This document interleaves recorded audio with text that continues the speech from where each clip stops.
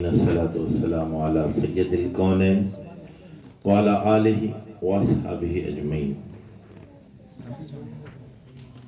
أما بعد فأعوذ بالله من الشيطان الرجيم. بسم الله الرحمن الرحيم. ألا بذكر الله تطمئن القلوب. صدق الله العظيم وصدق رسوله النبي الكريم. یقین والے کہاں سے چلے کہاں پہنچے. کیا بات ہے، واہ واہ واہ. یقین والے کہاں سے چلے کہاں پہنچے. جو اہل شک ہیں وہ اگر میں مگر میں رکھتے ہیں. ہم ان کی نسبت کا تاج رکھتے ہیں، ہر مرض کا علاج رکھتے ہیں. ہمیں خوف ہو کیوں یزیدیوں سے، ہم حسینی مزاج رکھتے ہیں. سامعین کرام، آج کی رات اور یہ تذکرہ جس پر یہ جو گفتگو اور آپ کے آنے کے مقصد کو پورا کرنا، یہ بیان کا اصل مفہوم ہے. ابھی ہم فاروق میاں نے کہا کہ یہاں غسل وہاں غسل ہے، بے شک ہے، ان بارگاہوں کا فیض ہے، لیکن کس کو کس انداز میں سمجھایا جائے کہ یہ مجلس کا فیض ہے کیا. اللہ تبارک و تعالیٰ نے اپنے حبیب کے ذریعے جو پیغام ہم تک پہنچایا ہے وہ ایمان غیب پر رکھنے کی تربیت دی ہے. غیب پر. اب غیب کیا ہے؟ جو نہیں ہے وہ غیب نہیں ہے، بلکہ جو موجود ہے مگر مشہود ہے. جو موجود ہے مگر مشہود ہے، کیونکہ اللہ تبارک و تعالیٰ نے انسان کی اس نظر کو لمیٹڈ، بہت مختصر انداز میں اس کو وضاحت دی ہے کہ تو اتنا ہی دیکھ سکتا ہے، اس کے آگے تیری تصرف نہیں ہے کہ تو وہاں دیکھ سکتا. تو غیب لاکھوں چیزیں ہیں لیکن ساری مشہود ہیں. موجود تو ہے ہی لیکن مشہود ہے وہ ہم دیکھ نہیں سکتے. لیکن صاحب نظر کے پاس بیٹھ کر اس کو سمجھ لینا، غیب پر ایمان آتا ہے. ابھی جو بیانات ہوئے وہ یہی تھے کہ وہ ان کا غسالہ کیا ہے، ان کے مزار پر پانی کا چھڑکاؤ کیا ہے، اس کو سمجھنے کی کوئی حقیقت ہماری مزاج میں نہیں آ سکتی. لیکن جو بات ہم نے اپنے بڑوں سے سنی ہے وہ آپ کی نسلوں تک پہنچانا کہ یہ پانی پانی نہیں، بولے اس کے پانی میں کچھ ایسے مشہود ہے جو تمہاری روح کو تازہ کرتی ہے، تمہارے قلب کو زندہ رکھتی ہے. نعرہ تکبیر، نعرہ رسالت، میدان صوفیہ. غیب کے معنی یہ نہیں ہے کہ کچھ نہیں ہے لیکن ایمان رکھو. نہیں، وہ ہے لیکن تجھ میں وہ سکت نہیں کہ تو اس کو دیکھ سکے. لیکن اللہ نے کچھ ایسی ہستیاں بھی زمین پہ رکھی ہیں جن کو اس نے سب ظاہر کر دیا کہ ہمارے پاس علماء رہتے ہیں. ان کو اگر کہو کہ الف لام میم کاف یا عین صاد، خاموش. یہ حروف مقطعات ہیں، اتنا کہہ کے علماء. لیکن جب صاحب مقام سے پوچھو کہ نون کیا ہے، کہتے ہیں وہ نبوت کا دروازہ ہے، جہاں سے نبوت کی تمام وہ روحانی تمام نزول رحمت کا یہاں سے نون سے شامل ہوتا ہے. تو نون کا خلاصہ کرنے والے بھی ہیں، کہا یا عین صاد، سواد کو سمجھانے والے ہیں، الف لام میم کو سمجھانے والے ہیں، سواد کو سمجھانے والے ہیں، خاف کو سمجھانے والے ہیں. اسی میں سے ہمارا شیخ بھی ہے جس کو اللہ نے وہ مقام خاصہ نصیب فرمایا. تبھی آپ نے معروف میاں نے کہا کہ وہ کیا ہے، کشف القلوب بھی ہے، کشف القبور بھی. اگر حضور کا دیدار کروانے کا مقام بھی اگر ہے تو میرے شیخ کی بارگاہ میں، شیخ سے ملانے کا مقام بھی ہے تو میرے شیخ کے بارگاہ. کیا نہیں سنا تھا کہ جب مدینے میں رات میں عشاء کے بعد تالا لگتا تو یہ تمام علاقے کے 62 میں حج کو جانے والوں نے کہا کہ جب تہجد کو ہمارا شیخ جاتا تو مدینے کی تالے ہم نے کھلتے ہوئے دیکھے اور حضور کی بارگاہ میں صوفی صاحب کو جاتے دیکھا. نعرہ تکبیر، نعرہ رسالت یا رسول اللہ. وہ اتنا سادہ زمانہ تھا کہ الفاظ کی لفاظی اس زمانے میں خوف میں تھی. آج بہت بولنے والے آ گئے، ڈرتے نہیں ہیں، لیکن 62-65 میں جو لوگ تھے وہ اللہ سے اتنا خوف رکھتے تھے. لیکن انہوں نے کہا کہ ہم نے دیکھا کہ مسجد نبوی کے تالے کھل گئے اور شیخ الشیوخ صوفی باصفا اس میں داخل ہوئے. تو یہ غیب جو ہے یہ مشہود گفتگو کو خلاصہ کرنے والی ذات صوفی باصفا ہے. اور کیسی بات کرنا تو بہت مشکل نہیں ہے. اس زمانے میں بات ہوتی ہے، ہر شخص کہہ رہا ہے میں کہہ رہا ہوں، لیکن اس کا اثر بھی تو آئے. اگر اواٹی کے بعد اگر چاند پاشا بیٹھ کر کچھ بات کرتے ہیں، اس کو بٹھا کر دنیا میں اس کا نام کا ڈنکا بجانے والی ذات بھی صوفی صاحب کی ہے. آج حضرت صوفی باصفا ہماری آنکھوں کے سامنے نہ صحیح، لیکن وہ بیٹھا ہوا انہی کی حکم پر بیٹھا ہے اور آج بھی اس کی چل رہی ہے. اسی کی نگاہ کا فیض تو ہے. اگر سائیکوں کی بات کرو تو اختر علی کہاں کے ہیں، لیکن ان کو اگر بٹھا دیا اور اس کا رزلٹ دیکھو. اگر سادے صوفی صاحب ہوتے کہ میں نے بٹھا دیا، ہو سکتا تھا کہ ڈاما ڈول ہوتا، لیکن انہوں نے بٹھایا ہے، چل گیا تھا. اس نے نہیں، بولے کہ نگاہ چلا رہی ہے. میں کہوں ان کو بٹھا دیا، 10 سال کے بعد پتہ چلا ارے بابا آپ نے کس کو بٹھایا، یہ تو پاکیٹا مار رہا ہے بیٹھے میں. ہاں، لیکن ایسے صاحب مقام ہے کہ جس کو بٹھایا تو وہ مقام سے اس کو آراستہ کیا کہ آج بھی درباری نظام کو اعلیٰ پیمانے پر لے کے چلتے ہیں. لوگ سمجھتے ہیں کہ وہ وہاں ہے، ارے کمبخت یہ تو سمجھ کے بٹھایا گیا.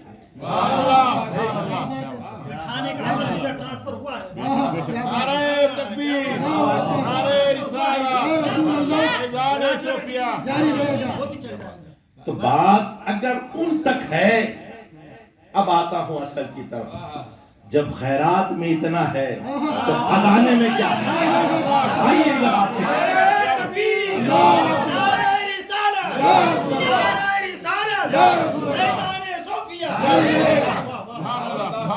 جب خیرات میں یہ ہے تو خزانے میں کیا ہے؟ کیونکہ یہاں بمبئی سے سیٹ بیٹھے ہیں تو ان کو معلوم ہے خیرات کرتے کتنا ہے تو بچاتے کتنا ہے. ان کو اندازے ہیں. اس میں کہہ رہا ہوں کہ اگر خیرات اتنی ہے، آپ کی اس بات کو، تو میں خزانے سے واقف ہوں، میں جانتا ہوں خزانہ کیا ہے. تو خزانے بہت عظیم ہے، لیکن اس وقت ہی کھلیں گے کہ جتنی تمہاری عقیدت بڑھے گی خزانے کے دروازے کھلتے نظر. اگر آپ یہ کہہ دیں وہ صوفی صاحب تھے، ان کا مقام تھا، وہ تھے اللہ والے، ارے کمبخت تو نے سیدوں پر پھر تالے لگانے کی اپنی گفتگو کر دی. تجھے کیا خبر کہ سادات کے مقام ہوتے کیا؟ اگر تیرے کاسے میں دم ہے تو خیرات یہاں ہے. تو یہاں یہ وہ جو شعر ہے یہ سرکار کا در ہے، کوئی در شاہ تو نہیں. مانگ لیا اور بھی کچھ مانگ. جن لوگوں کو یہ شک ہے کہ کرم ان کا ہے محدود، ان لوگوں کی باتوں پہ نہ جا اور بھی کچھ مانگ.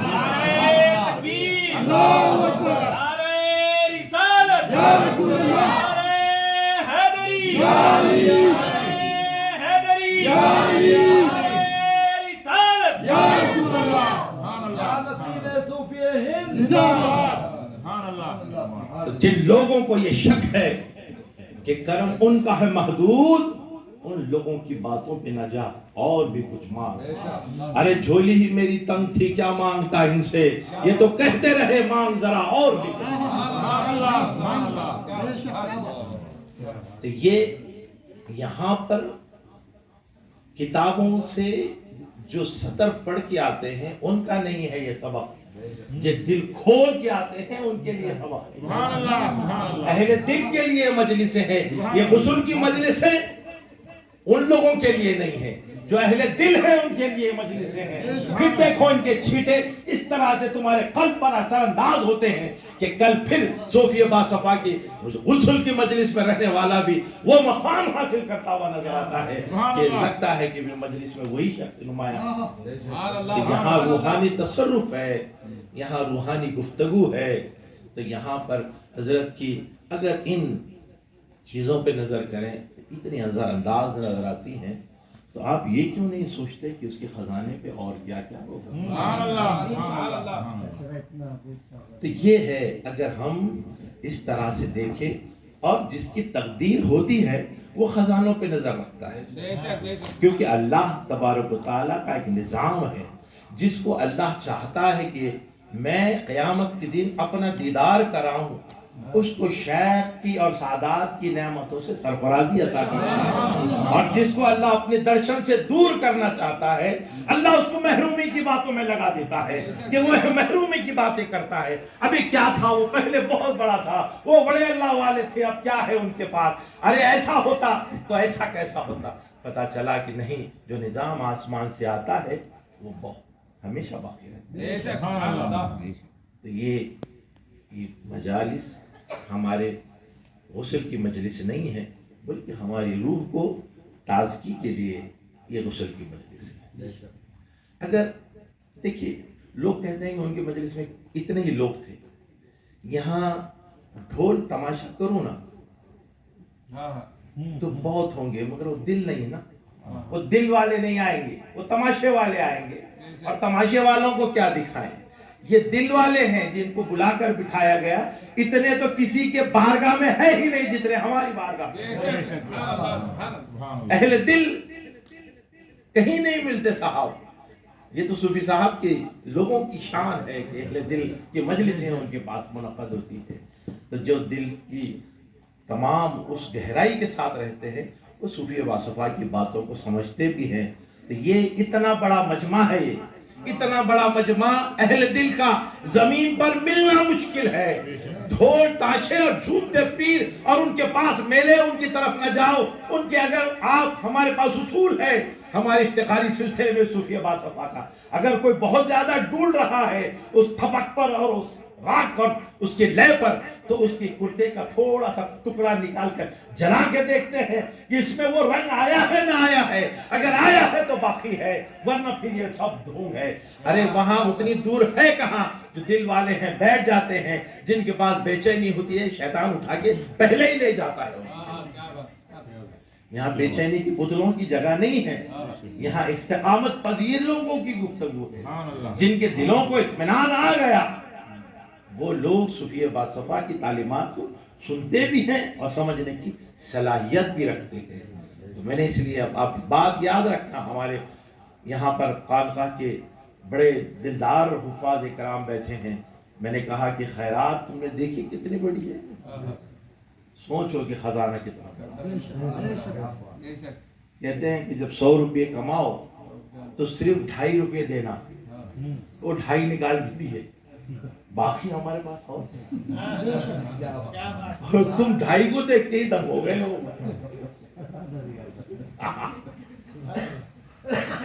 یہ خانقاہ صوفیہ ہے. یہاں اہل نظر, اہل قلب اور استقامت پذیر لوگوں کی گفتگو ہے. صوفی باصفا کیا ہیں اس کو سمجھنے کے لیے قلبی کیفیت لاؤ, پھر ان کو سمجھو کہ ان کی کرامت کشف کیا ہے. یہ کہہ دینا کہ ہم ان کے پاس بھی گئے تھے وہ نہیں, یہ دیکھو کہ اہل دل کہاں زیادہ کثرت سے بیٹھ کر اور ان کی نگاہ فیض سے کیا ہوتا ہے, روحانیت کو بلندی کتنی ملتی ہے, اور اطمینان قلب جو زمین پر نہیں ملتا. یہ جنت کی نعمتوں میں سے ایک نعمت ہے, جس کو اطمینان قلب مل گیا وہ جنتی نعمت سے سرفراز ہوا. صوفی باصفا کے لوگوں میں آج بھی اطمینان قلب ہے. روٹی نہ صحیح آدھی کھاتے ہیں لیکن شان اور اطمینان سے جیتے ہیں. اے اللہ ایسی دولت عطا فرما جس میں اطمینان ہو وہ, اور تاکہ ہماری عبادتوں کی طرف ہمارے رجحان جمع رہے, ہم عبادتوں کی طرف استقامت پذیر ہو جائے. یہی ابو بکر صدیق کی دعا رہی, اے اللہ ہمیں دے اور اسی میں سے مجھے بچا لے کہ اس کے فتنے میں میری عبادت خراب نہ ہو. یہ صدیقی تربیت صوفی باصفا نے ہم کو دی، اتنا دیا اور اسی میں سے ہم کو بچا لیا تاکہ اطمینان قلب کے ساتھ ہم جیتے ہیں۔ یہی خانقاہ صوفیہ کی اس غسل کی مجلس، اس عرس کی مجلس، اور یہاں پر بیٹھ کر جب بیٹھو تو آنکھ بند کر کے یہاں حضرت کی روح سے اپنے قلب کی کیفیت کو متصل کرو۔ آنے کا مقصد یہ نہیں ہے ہاتھ لگائے چھوئے جب آنکھ بند کرے، نہیں، اپنی قلبی کیفیت کو حضور صوفی باصفا کی روحانیت سے مس کرو، بیٹھو وہاں پہ جماؤ، تمہاری ذہنی انتشار ختم ہو اور قلب کی اور دماغ کی جو ایک سوئی آئے، اس کے بعد صوفی صاحب ایک لمحہ بھی دیکھے اس میں ہمارے لیے سبحان اللہ سبحان اللہ۔ یہ ہے کہ اس پر ہم جماؤ ہونا، یہ خانقاہی تربیت ہے، اور یہ خانقاہی تربیت کہیں نہیں ملتی سوائے صوفی باصفا کے۔ اللہ رب العزت ہم کو اسی مجلس میں اطمینان قلب کے ساتھ حضور کی بارگاہ میں حاضری کے شرط، اور یہیں سے ہم کو حج بھی ملتا ہے، عمرہ بھی ملتا ہے، ہر تمام بارگاہوں کا فیض۔ کسی ایک قلندر نے حضرت کے بارے میں اس وقت کہا تھا، حضرت صوفی باصفا ہمارے سامنے تھے تو اس نے کہا تھا تمہارا پیر اتنا عظیم ہے کہ اس کی جھولی میں سب ولیوں کا ہاتھ ہے۔ سبحان اللہ سبحان اللہ۔ تو یہ جھولیاں میں اس تمام کی عطائیں ہیں، اور آج بھی وہ خیرات ہم کو بچ رہی ہے۔ تو لوگوں، یہ ایک عظیم ہستی اللہ نے ہم کو بخش، جیسا ابھی بار بار کا انما یرید اللہ لیذھب عنکم الرجس اہل البیت یطہرکم تطہیرا کی بات پڑھی گئی۔ یہ آیتیں پڑھا کر اس کا جب ورد ہوتا ہے یہاں پر پیرانی ماں کے زمانے سے 35 سال سے یہ مسلسل آیتوں کی تکرار ہوتی ہے، اس تکرار کے بیچ میں جتنے لوگ کھڑے ہوتے ہیں ان کے قلب پاک ہوتے ہیں۔ یہ صوفی باصفا کا سبحان اللہ سبحان اللہ۔ ارے کون بڑھاتا ہے بتاؤ تو صحیح۔ آیت تطہیر اتنی تکرار کے ساتھ اللہ کی بارگاہ میں ادھر تکرار ہو رہی ہے، یہاں غسل ہو رہا ہے، اور ہمارے قلب کو پاکی مل جاتی ہے۔ یہ کون دیتا ہے؟ دینے کو منہ چاہیے۔ تو یہ ہے ہمارے شیخ کی ذات مبارکہ جو تکرار کرواتا ہے حافظ کو کھڑے ہو کر، عالم کو کھڑے ہو کر تکرار کرا، کہو کہ انما یرید اللہ، انما یرید اللہ۔ جب یہ بات تکرار پہ جاتی ہے تو سارے جتنے یہاں موجود دل ہیں اللہ ان دلوں کو پاکی عطا فرمائے۔ یہ ہے کیفیت۔ تو یہاں پر یہ تکرار کے ساتھ یہاں پر کھڑے کر کے حضرت نے سب کے دلوں کو دھویا ہے۔ وہاں سے جن کے بچے پیدا ہوئے وہ یہاں پر آتے ہیں۔ تو یہ بڑی باتیں ہیں کہ کہاں سے کیا ملتا ہے، یہ بہت عظیم گفتگو ہے۔ تو اللہ نے ہم کو بھی چاہا کہ اپنا قربت رکھے، تو اللہ نے ان کے دامن میں پہنچا دیا۔ یہاں اگر آ گئے اور یہاں مضبوط بیٹھ گئے، استقامت آ گئی، ہے کہ نہیں کہ چکر میں نہ رہنا۔ حضرت ہمیشہ ہمارے پاس گفتگو کرتے تھے اپنے علاقوں کے لوگوں کو، دیکھو رے استقامت پیدا کرو، ہے کہ نہیں کہ چکر میں مت جاؤ، ہے۔ سبحان اللہ سبحان اللہ۔ ہم کو کہتے تھے کہ گدھا ہی ایسا ہے جو ہے کہ نہیں کہتا ہے، اور آخر میں گدھا رہ گیا۔ یہ سارے بچے ان تربیت سے آتا ہے۔ حضرت بولتے تھے کہ ہمارے پاس گدھا ہی ایک ایسا ہے جو ہے کہ نہیں کہتا ہے۔ ہم کو پوچھتے تھے حضرت والد محترم کی گدھے کی آواز سنی؟ کہاں کیسا کہتا ہے؟ سنو غور سے۔ وہ کہتا ہے کیونکہ سارے جانور اللہ کی حمد کرتے ہیں۔ اگر مرغا دیتا ہے تو ہم بولتے بانگ دینے لگا ہے، اذان دینے لگا ہے۔ چڑیا بھی چہچانے لگی تو اللہ کی حمد و ثنا کر رہی ہے۔ تو کہتے ہیں کہ جب وہ چلاتا ہے گدھا تو کہتا ہے اللہ ہے، اور بہت دور جا کے کہتا ہے کہ نہیں کی، ہے کہ نہیں کی، ہے کہ نہیں کی، ہے کہ نہیں کی، ہے کہ نہیں کی، ہے۔ تو پتہ چلا گدھا ہو گیا۔ اس لیے قرآن نے کہا زمین پر بدترین آواز گدھے کی ہے، قرآن کا فیصلہ، کیونکہ ہے کہہ کر وہ ہے کہ نہیں کی گفتگو میں آیا۔ یہ کوئی سمجھا نہیں سکا صوفی باصفا۔ تو قرآن ہم نے سمجھا بھی ہے، حضرت سے سنا ہے۔ ہم کو یہی پڑھا تھا کہ قرآن میں کہا گیا ہے کہ گدھے کی آواز سب سے بدترین آواز ہے، لیکن جتنے عالموں کے پاس بیٹھ کر میں نے پوچھا یہ تو انہوں نے کہا اس کے بارے میں کوئی علم نہیں ہے، لیکن اتنا تو قرآن میں لکھا ہے کہ گدھے کی آواز بدترین ہے۔ ہم نے پوچھا حضرت والد محترم سے کہ حضرت یہ بدترین آواز قرآن میں کیوں لکھی گئی گدھے کی؟ شیخ نے کہا کہ وہ کہتا تو ہے کہ اللہ ہے، آگے جا کے ہے کہ نہیں کی، ہے کہ نہیں کی کہتا تھا، اللہ نے کہا لعنت اللہ، اللہ کی لعنت ہو گئی جب گدھے۔ یہ ہے قرآن سمجھنے کا، سمجھانے کا نیا۔ بتائیے آپ بھی بیٹھتے ہیں بڑے بڑے مجمع میں، تو یہ ہے کہ چھوٹی سی انداز میں قرآن سمجھا دینا، یہ شیخ کی ذات ہے۔ اللہ نے وہ ایسی ان کو عطا فرمائی تھی کہ وہ جیسا قرآن سمجھاتے اور کوئی نہیں سمجھا سکا۔ تو یہاں آؤ، یہاں آنے کو اسی کو نصیب ہوتا ہے جس کو اللہ بخشنا چاہتا ہے، جس کو عطا کرنا چاہتا ہے، جس کو اللہ اپنے نعمتوں سے سرفراز کرنا چاہتا ہے، وہی لوگ حصول صوفی باصفا سے سچی محبت رکھتے ہیں۔ اللہ تبارک و تعالیٰ یہاں سے جتنے لوگ آئے ہیں اس مجلس میں شرکت کریں گے، ان کو اطمینان قلب کی دولت عطا فرما، اللہ ان کے ایمان کے درجے بلند فرما، اللہ ان کی آنکھوں میں نور عطا فرما، ان کے تمام کے مقاصد حسنہ کی تکمیل فرما۔ یہی غسل کا اصل ہے۔ ہم دھل گئے، صاف ہو گئے، سمجھو کہ دنیا پاک ہے۔ اگر ہم گندے رہ گئے، دنیا پاک ہوئی تو فائدہ کیا ہے؟ بس یہی ہے کہ یہاں آنے پر ہم صاف ہو جائیں، ہم میں شفافیت آئے، ہم میں پاکی آئے، ہم میں ٹرانسپرنسی آئے، کہ ہم ایسے نظر آئے کہ ادھر کا ادھر نظر آئے، دنیا بھی ہماری ایک ہو، آخرت بھی ہماری پاک ہو۔ یہی ہماری حقیقت ہے۔ یہ عرس میں ہم کو یہی خیرات مل جائے۔ وآخر الدعوانا الحمدللہ رب العالمین۔